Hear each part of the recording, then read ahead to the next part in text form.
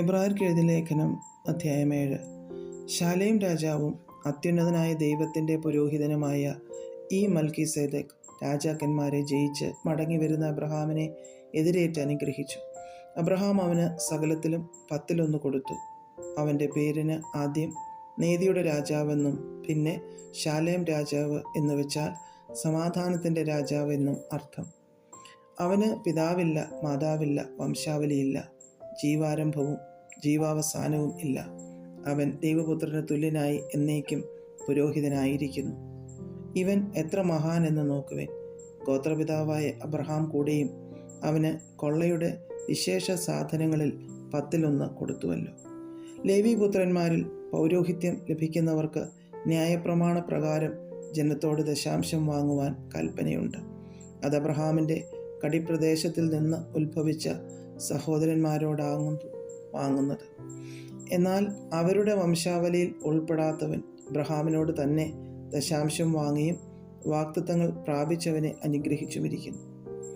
ഉയർന്നവൻ താണവനെ അനുഗ്രഹിക്കുന്നു എന്നതിന് തർക്കം ഏതുമില്ലല്ലോ. ഇവിടെ മരിക്കുന്ന മനുഷ്യർ ദശാംശം വാങ്ങുന്നു, അവിടെയോ ജീവിക്കുന്നു എന്ന സാക്ഷ്യം പ്രാപിച്ചവൻ തന്നെ.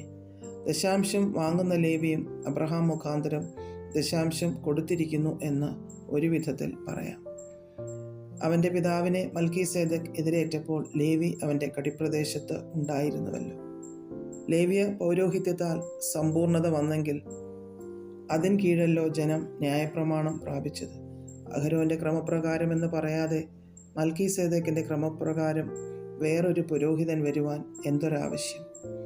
പൗരോഹിത്യം മാറിപ്പോകുന്ന പക്ഷം ന്യായപ്രമാണത്തിനും കൂടെ മാറ്റം വരുവാൻ ആവശ്യം. എന്നാൽ ഇത് ആരെക്കുറിച്ച് പറഞ്ഞിരിക്കുന്നുവോ അവൻ വേറൊരു ഗോത്രത്തിലുള്ളവൻ. ആ ഗോത്രത്തിൽ ആരും യാഗപീഠത്തിങ്കൽ ശുശ്രൂഷ ചെയ്തിട്ടില്ല.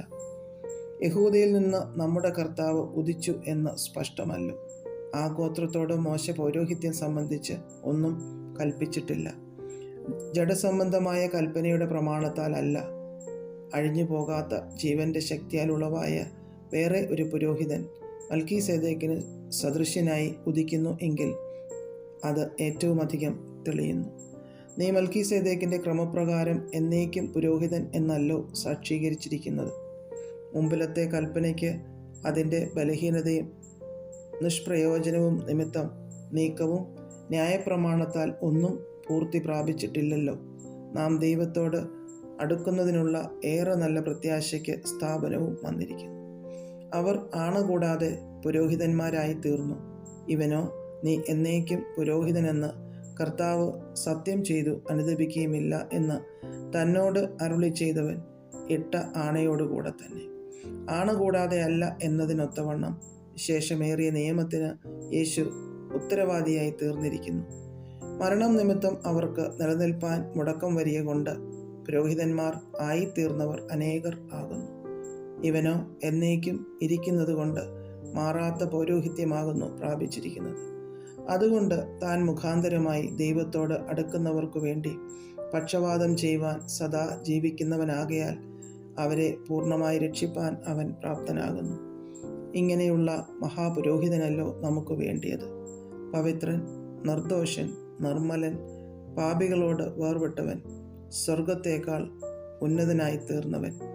ആ മഹാപുരോഹിതന്മാരെ പോലെ ആദ്യം സ്വന്തം പാപങ്ങൾക്കായും പിന്നെ ജനത്തിൻ്റെ പാപങ്ങൾക്കായും ദിനം പ്രതി യാഗം കഴിപ്പാൻ ആവശ്യമില്ലാത്തവൻ തന്നെ.